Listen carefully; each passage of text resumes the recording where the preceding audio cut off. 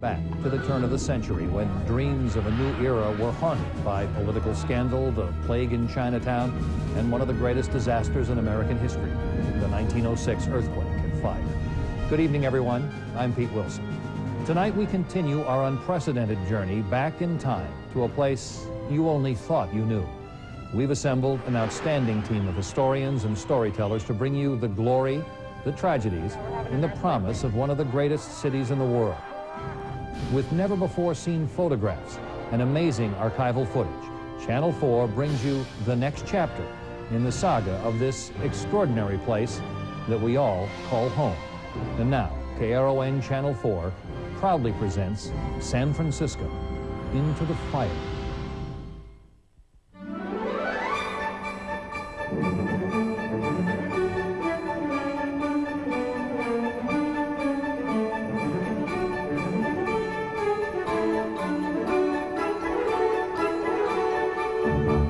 San Francisco in 1900 was a city coming of age. Wealthy, cosmopolitan, it was on the brink of fulfilling its destiny as the Paris of the Pacific.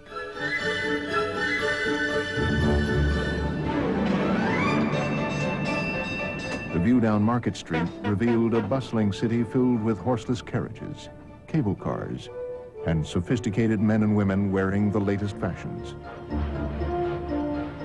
At the opening of this century, San Francisco had led a charmed life. It was a city on a roll.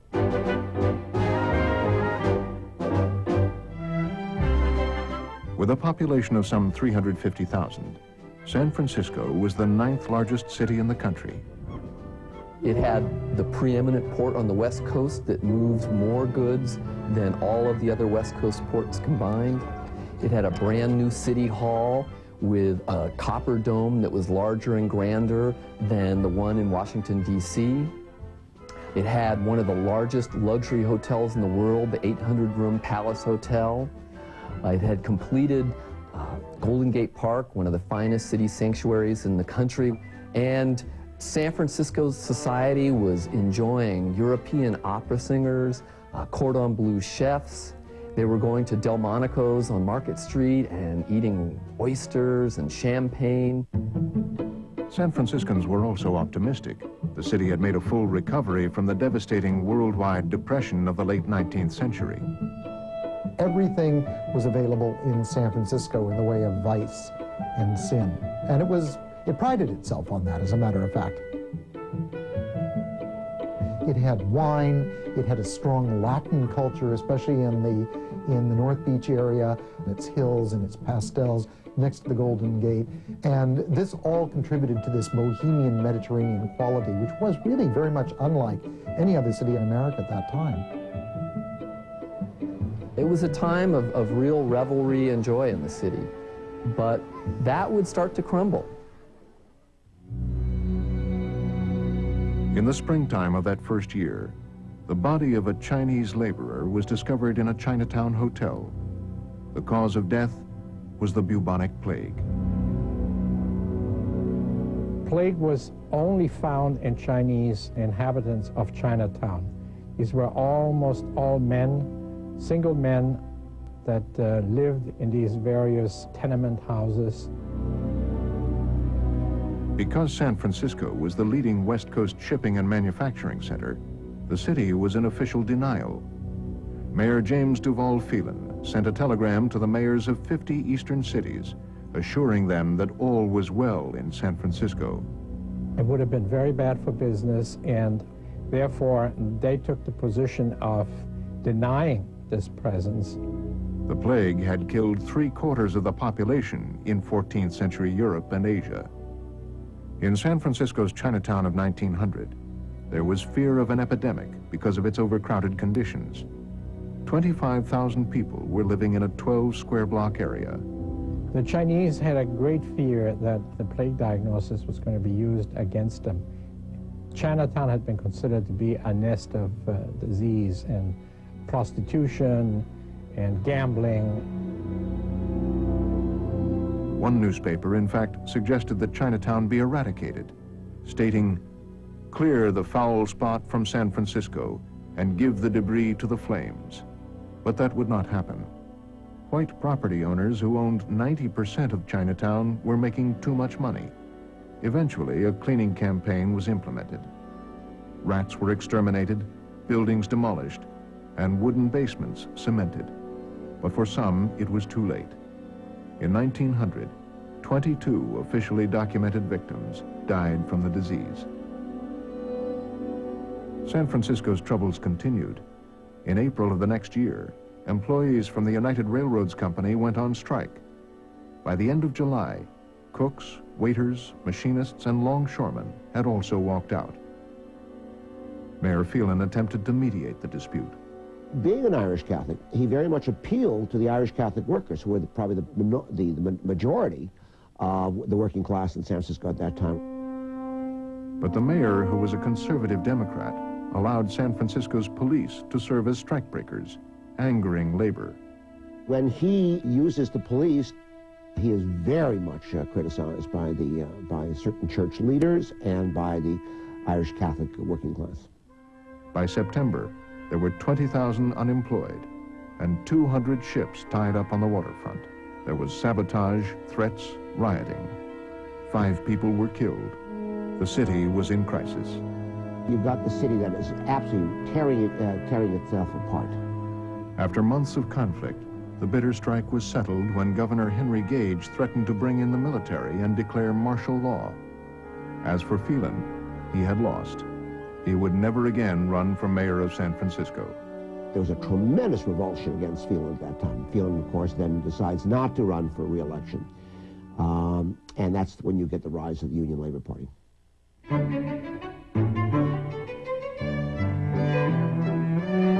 In 1902, the city was lighted by electricity.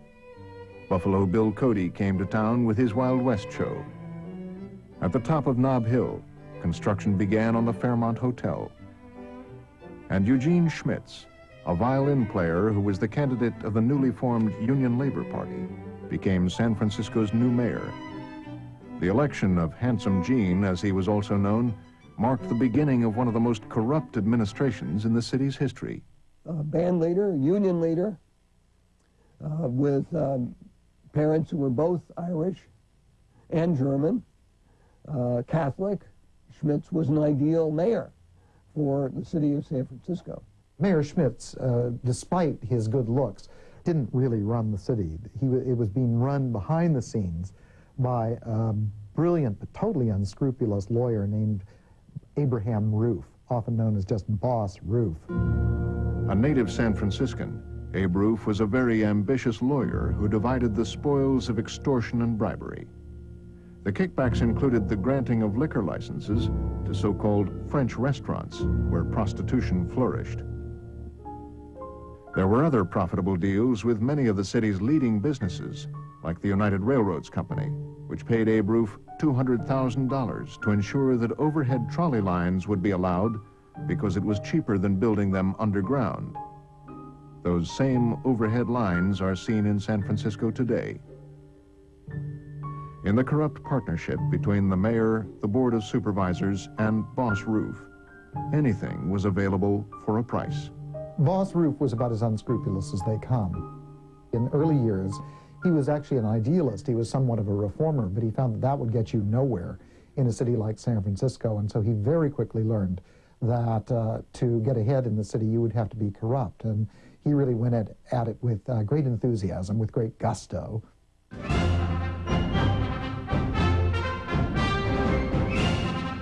But despite the growing scandal within its political and business culture, San Francisco's everyday life continued to thrive. It was, after all, an emerging metropolis, visited by American presidents, from William McKinley to Teddy Roosevelt's triumphant arrival in May of 1903.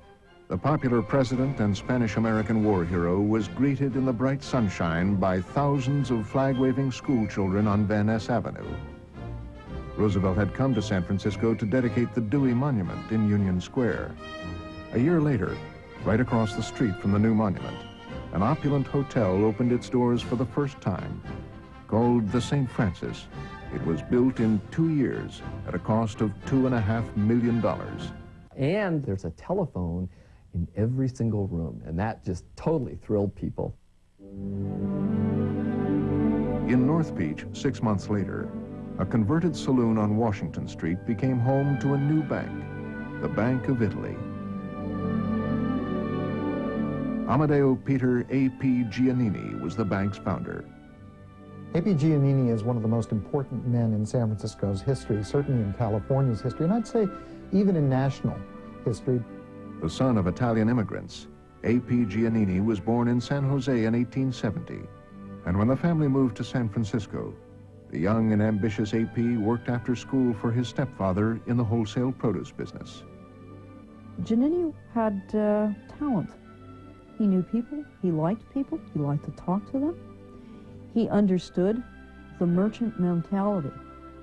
Giannini believed a bank should be democratic, open to everyone, especially the working man who kept his money under the mattress. The story is he would feel the calluses on their hands and tell them how hard they worked. He built up a trusting relationship, and on that, he built a bank. Many, like A.P. Giannini, believed in San Francisco's growth and prosperity, in its destiny as the Paris of the Pacific. There was even an ambitious plan to redesign the city in the image of Europe's other great capitals. But San Francisco's turn-of-the-century optimism was in trouble. In October of 1905, the National Board of Underwriters issued a critical report declaring that the city's water system would be inadequate when confronted by a major fire. The board's findings would haunt the fire chief, Dennis Sullivan. That same year, handsome Gene Schmitz was re-elected the city's mayor for a third term, but his corrupt administration was in serious trouble. The forces of reform were ready to begin a full-scale assault on what had become a growing public scandal. The investigation, however, is interrupted. Its future, as well as that of A.P. Giannini, Dennis Sullivan, and the city of San Francisco, are now on a collision course which will link all of them forever. Catastrophe is about to intervene.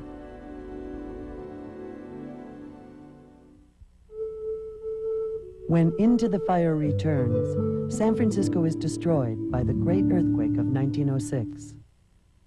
From all accounts we have, it would seem that the night of April the 17th was one of the most glamorous nights in San Francisco's history.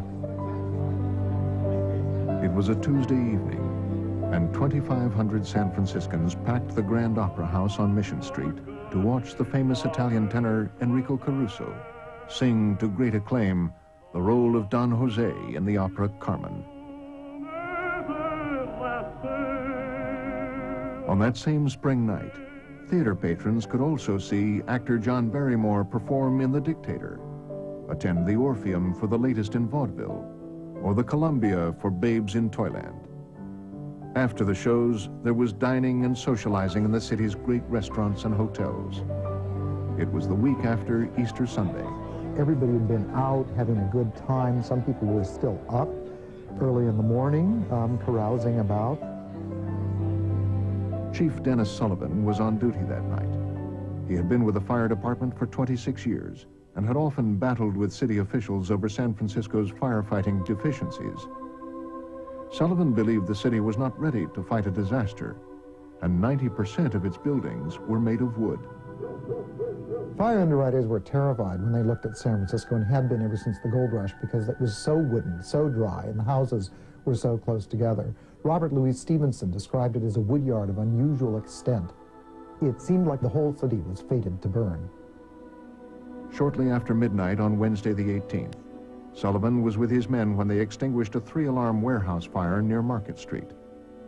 He came in very late, not wishing to disturb his wife. He went into another bedroom. As the early morning hours passed, patrolmen walked their beats.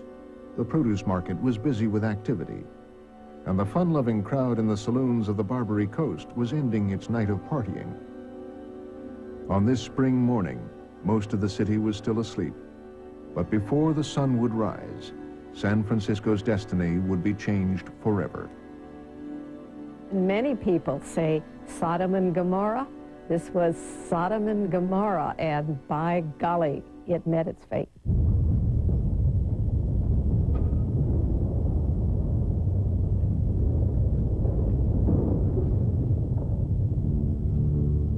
San Francisco met its fate on Wednesday, April the 18th at 5:12 a.m. The San Andreas Fault tore apart. So did the city. The first shock lasted 45 violent seconds. Its impact was devastating. The moment, indelible, forever known as the Great San Francisco Earthquake. The entire city shook and rattled relentlessly. It was quite terrifying. San Francisco's world went silent for some 10 seconds.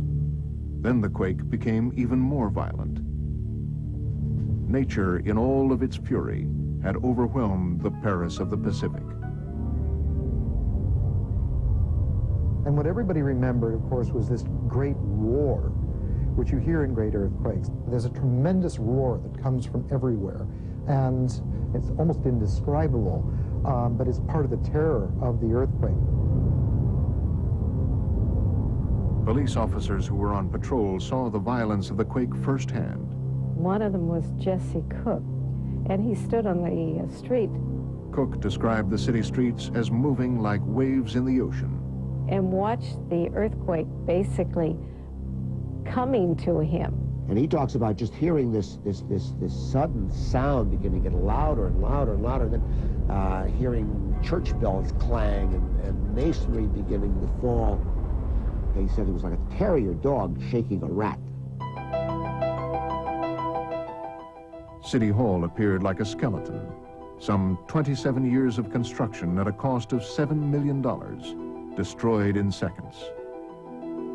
The four-story Valencia Hotel collapsed on itself. The exact number of people killed unknown, but estimates were as high as 80. The area with the most severe damage was south of Market, near 6th and Howard Streets.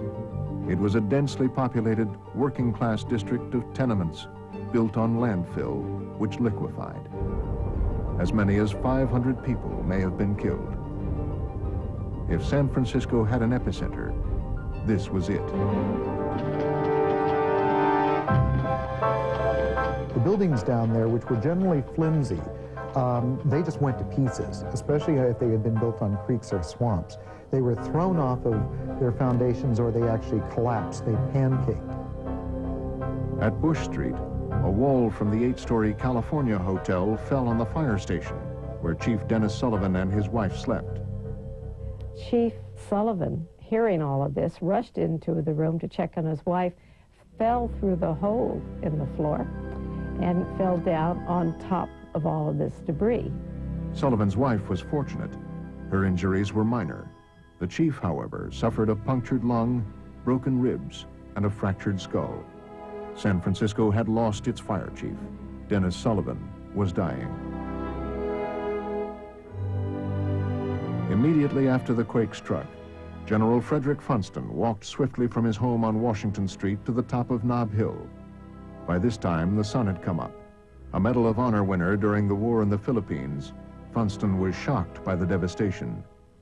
He ordered army troops from the Presidio to report to a city in trouble. The magnitude of the quake, as measured by today's Richter scale, was around 8.3, the equivalent of some 20 million tons of TNT. The mayor, Eugene Schmitz, was stunned by the quake's destruction and acted quickly to help his city. Schmitz issued these draconian orders, his most famous one being to shoot to kill the looters who were found downtown. Schmitz also ordered a curfew from dusk till dawn and banned the sale of liquor. San Francisco's streets began filling with refugees, observing with both fascination and horror a damaged and frightened city. People gathered their belongings, put them into trunks, into baby carriages, tabletops, anything that had wheels. In Union Square, the St. Francis Hotel remained standing with minor damage. But hotel guests were afraid and began to congregate in the area near the Dewey Monument. They set up tables to feed people. The hotel actually took food from the kitchens of the hotel and was serving refugees out in the park in Union Square. Opera singer Enrico Caruso, who had captivated the city just a few short hours before, was now overwhelmed by the disaster. To a gathering crowd in Union Square, Caruso vowed never to return to San Francisco. He never did. Arnold Genthe, a well-known San Francisco photographer, was nearby when Caruso expressed his desire not to return. Genthe moved on. He would take some of the quake's most memorable pictures. He took the photographs with a camera that he borrowed from a friend who had a camera store. It was a small Kodak camera, very fast camera. And he, over the next few days, because he was one of the many made homeless by the earthquake, roamed the city and took pictures of everything. Walking through the same devastation which Arnold Genthe had so carefully photographed was 7-year-old Marion Cowan. Now 99, Cowan remembers to this day the severely damaged streets and buildings, and workmen desperately trying to save the new Fairmont Hotel. Oh yes, it was panic, and everybody working as fast as they could. But it was in the ruins at Stockton and Powell Streets where Marion Cowan experienced his most horrifying moment. A big building had collapsed, and a woman with her young son, I think probably around 6 or 7, were running out when the archway collapsed on them, and people were around trying to get them free, but the masonry was in such shape that they were pinned in at the entrance. And this was the worst thing I ever saw in my life. She said, I know the flames are coming down, and she took the youngster, 6 or 7 years old, and was dashing his head against the pavement. It was horrible. Fire, and a mother trapped with her young son, terrified by the approaching danger. Though a chain reaction of hundreds of shocks had pounded the city throughout the day and night of April 18th, the tragedy was not yet finished. San Francisco was now on the verge of total catastrophe. It was the week after Easter Sunday, and the city was beginning to burn.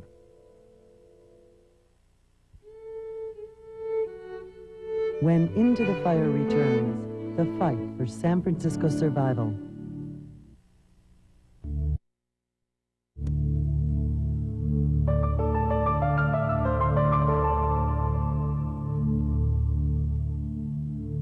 The city's fire department had 38 engine companies and 575 full-time firefighters. They never had a chance.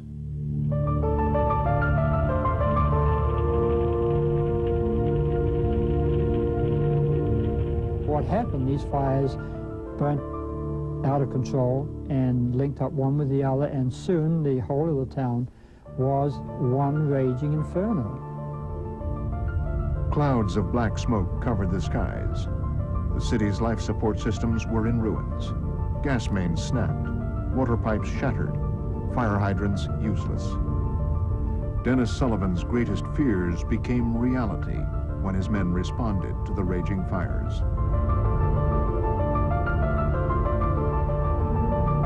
The Spreckels building was the first building on Market Street to catch fire.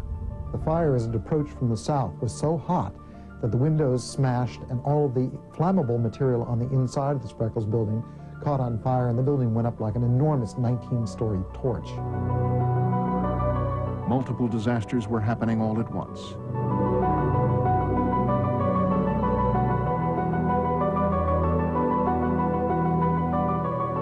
And when people up on Nob Hill were able to see the Palace Hotel starting to burn, which was considered to be absolutely impregnable, then they knew that the city was probably doomed at that point. Chinatown was destroyed. So was the financial district.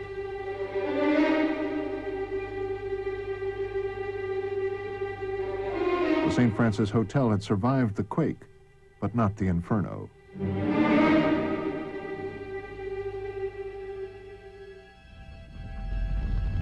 It was firestorms that were being created by the amount of fire. And these just swung around and built themselves up, and no matter where they basically set down, people were incinerated. The temperature of the fires was estimated at 2,700 degrees Fahrenheit. The Grand Opera House, where Caruso had sung the night before, was in ashes. The Fairmont Hotel was still standing, but completely gutted. Refugees carried what they could to safe havens like the Presidio and Golden Gate Park. Thousands were also trying to escape by ferry across the bay. In the chaos, there were instances of looting and arrests. There were also killings. This charred body was that of a looter caught trying to burglarize a jewelry store. The looter was turned over to a soldier who shot him. At the intersection of Post and Grant Streets, the body was burned. At Battery Street, this man was shot dead by a National Guardsman for stealing chickens. The body was later tossed into the bay. In the early hours of Thursday the 19th, fires swept through Nob Hill. The great mansions of the city's rich were burning out of control. Everybody thought that the buildings on top of Nob Hill would be safe because they were so far apart, and in fact, all of them burnt down to the ground because these were all Victorian buildings, wooden buildings. In some areas of the city, dynamite was used with the hope that it could stop the onslaught of the firestorm by creating fire breaks. It failed.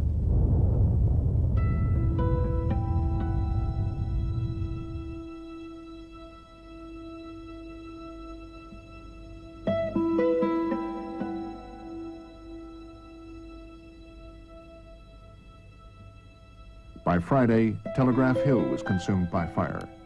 So was Russian Hill. When night came, the inferno had reached the city's world-famous waterfront. But the Navy and the fire department were able to save it from complete destruction. It was one of the few success stories of the quake and fire. Then on Saturday evening, almost 4 days after the first shock, rain began to fall. The drops echoing in the streets of a destroyed city, like a requiem. The miracle had come too late, but San Francisco's hell was finally over. The San Francisco fire was one of the greatest disasters in American history. It took out the financial district, the retail district, the produce market, south of Market, the industrial zone there.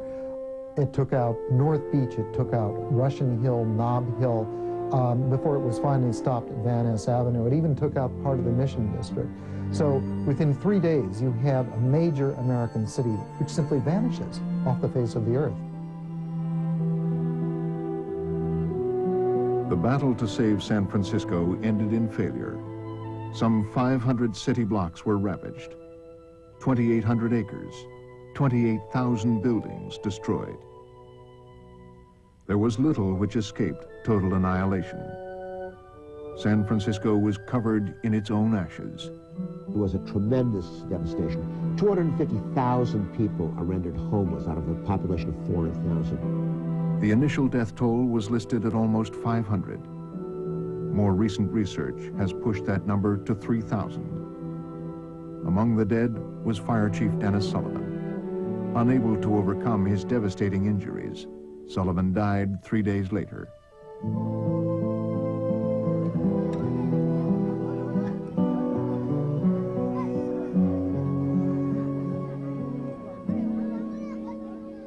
In the smoke and debris of a city lying in ruins, the question was not, could San Francisco rebuild, but rather, could San Francisco save itself from extinction?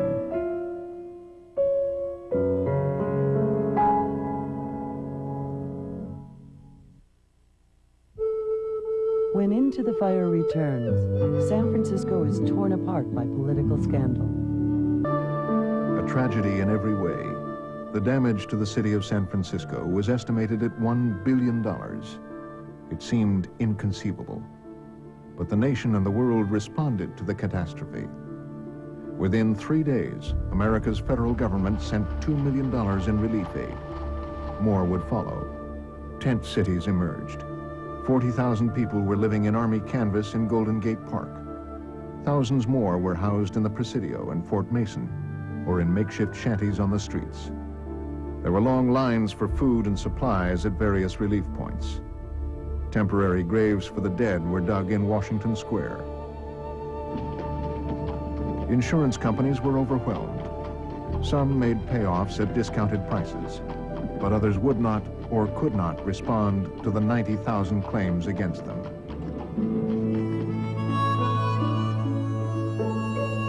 In North Beach, the Bank of Italy was in ruins. But 9 days after the quake, A.P. Giannini placed an ad notifying San Francisco that his bank would open for business. I think A.P. Giannini is very important as a symbol and representing a group of people who were very courageous in the aftermath of the earthquake and fire. On the Washington Street wharf, Giannini set up a makeshift desk of 2 barrels and a board and began making loans from the $80,000 in gold and silver he was able to save on the day of the quake. Giannini wanted to help people rebuild their lives and businesses. The Bank of Italy did not have much capital in 1906, so it was not a major force in this. But I think that his spirit, his saying, yeah, I'm right here, the coals are still hot, the city's still smoldering, I'm out here lending money. A.P. Giannini's gamble paid off. North Beach would be the first San Francisco neighborhood to rebuild. Giannini would be a banker for the rest of his life, eventually creating the largest bank in the world, the Bank of America.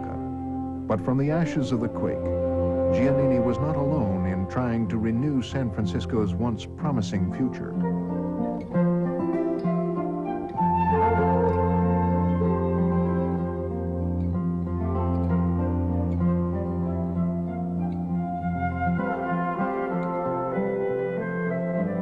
In the 10 days after the quake, 220 marriage licenses were issued.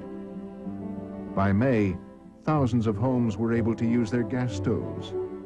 23,000 street lamps were turned on. Retail stores like the City of Paris, Bullock & Jones, and the Emporium set up business on Van Ness Avenue.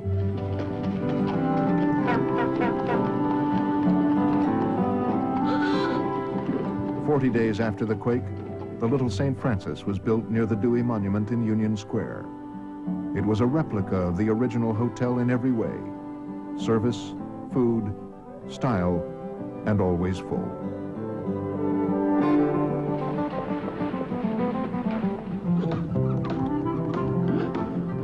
By autumn, there were 40,000 construction workers doing business in the city.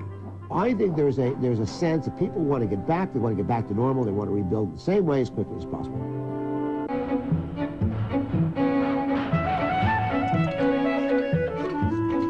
In the years since the Great Earthquake, much of the city's debris had been removed. The Fairmont Hotel opened on April 18th. Its rebuilding had been guided by a determined young architect, Julia Morgan. She was able to get the Fairmont Hotel built so that it was able to open 1 year to the day exactly after the 1906 earthquake. And San Franciscans lined up for blocks to go in and see this new luxury hotel that had been rebuilt. And it was said that many of them actually had tears come to their eyes. It was such an emotional experience because once they saw this hotel built in all its grandeur, they knew that San Francisco was going to be able to rebuild itself back to its former beauty.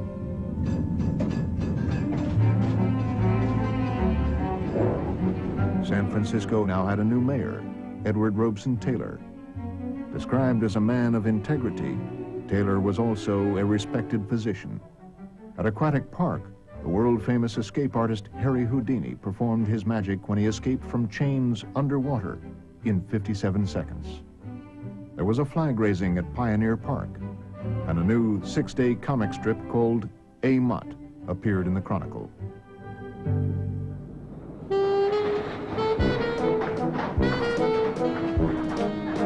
Then on January 1st, 1908, San Francisco's chief engineer reported that a new building was completed every 1 hour and 45 minutes. San Franciscans are filled with optimism about the future. There had to be. San Franciscans had to convince themselves that their city was going to grow into the future, surpass its previous glories, and maintain its competitive edge.